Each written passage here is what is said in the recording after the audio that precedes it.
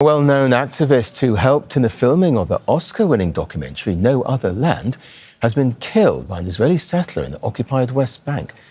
Well, in this video, a settler who's been identified as Inon Levy can be seen wielding a gun and threatening Palestinians in Masafa Yatta. He then opens fire, killing 31-year-old Odeh Hadlin.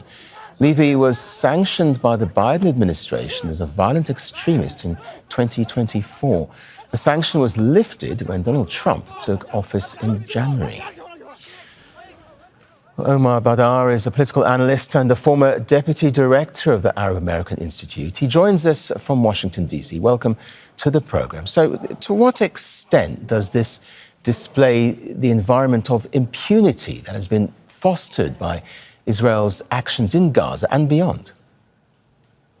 Yeah, the situation that we're in right now, really, in Israel is one of complete and total anti-Palestinian frenzy that has reached genocidal proportions in Gaza and certainly murderous proportions in the West Bank as well. That is absolutely the direct result of a climate of impunity that Israel has enjoyed, where the international community, including the United States, has simply stopped at words to criticize what Israel's conduct is without ever imposing any meaningful consequences.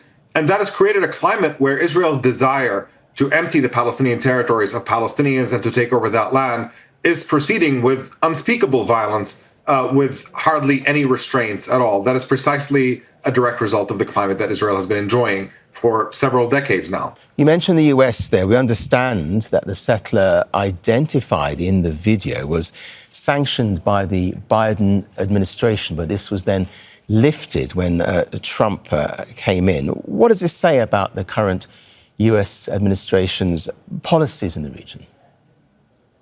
You know, American policy for very a long time has been one of essentially treating Israel like a country that is above the rules and above the law. But there were minimal constraints that held some of Israel's behavior that we have seen completely lifted and entirely abolished under the Trump administration, to the point to where you have people who we know are violent anti-Palestinian actors who are engaging in this violence, and Trump just simply lifts any sanctions that were previously imposed on them. That is signaling that even the most violent and fanatical elements within Israeli society are fine by Donald Trump. And we should remember also that the Israeli government and Israeli settlers have actually killed several American citizens in the West Bank.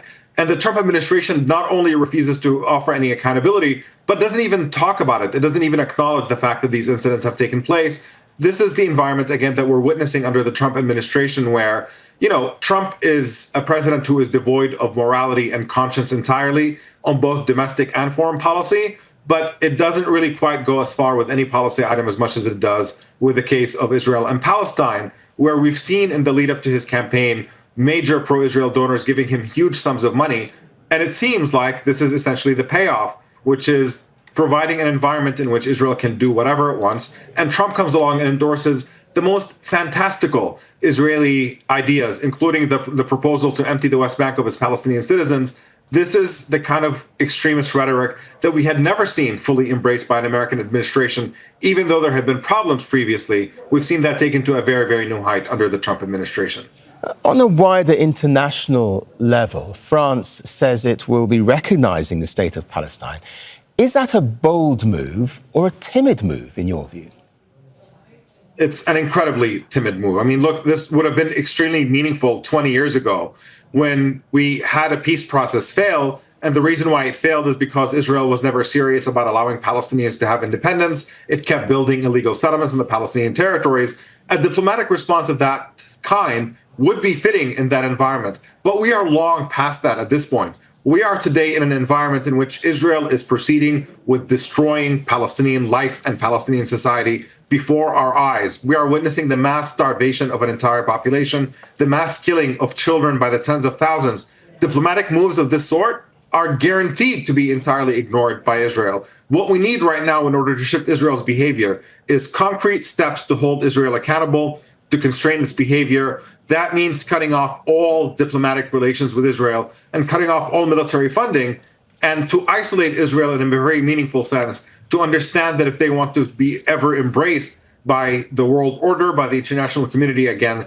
that they have to change course. They have to start seeing Palestinians as equal human beings who are deserving of the same rights and freedoms that Israelis enjoy. And as long as Israel continues on this path of just destroying Palestinian life, they should be treated as the pariah rogue state that they are. Okay, we're going to have to leave it there. Omar Barra, thank you very much indeed for joining us. Thank you. Thank you.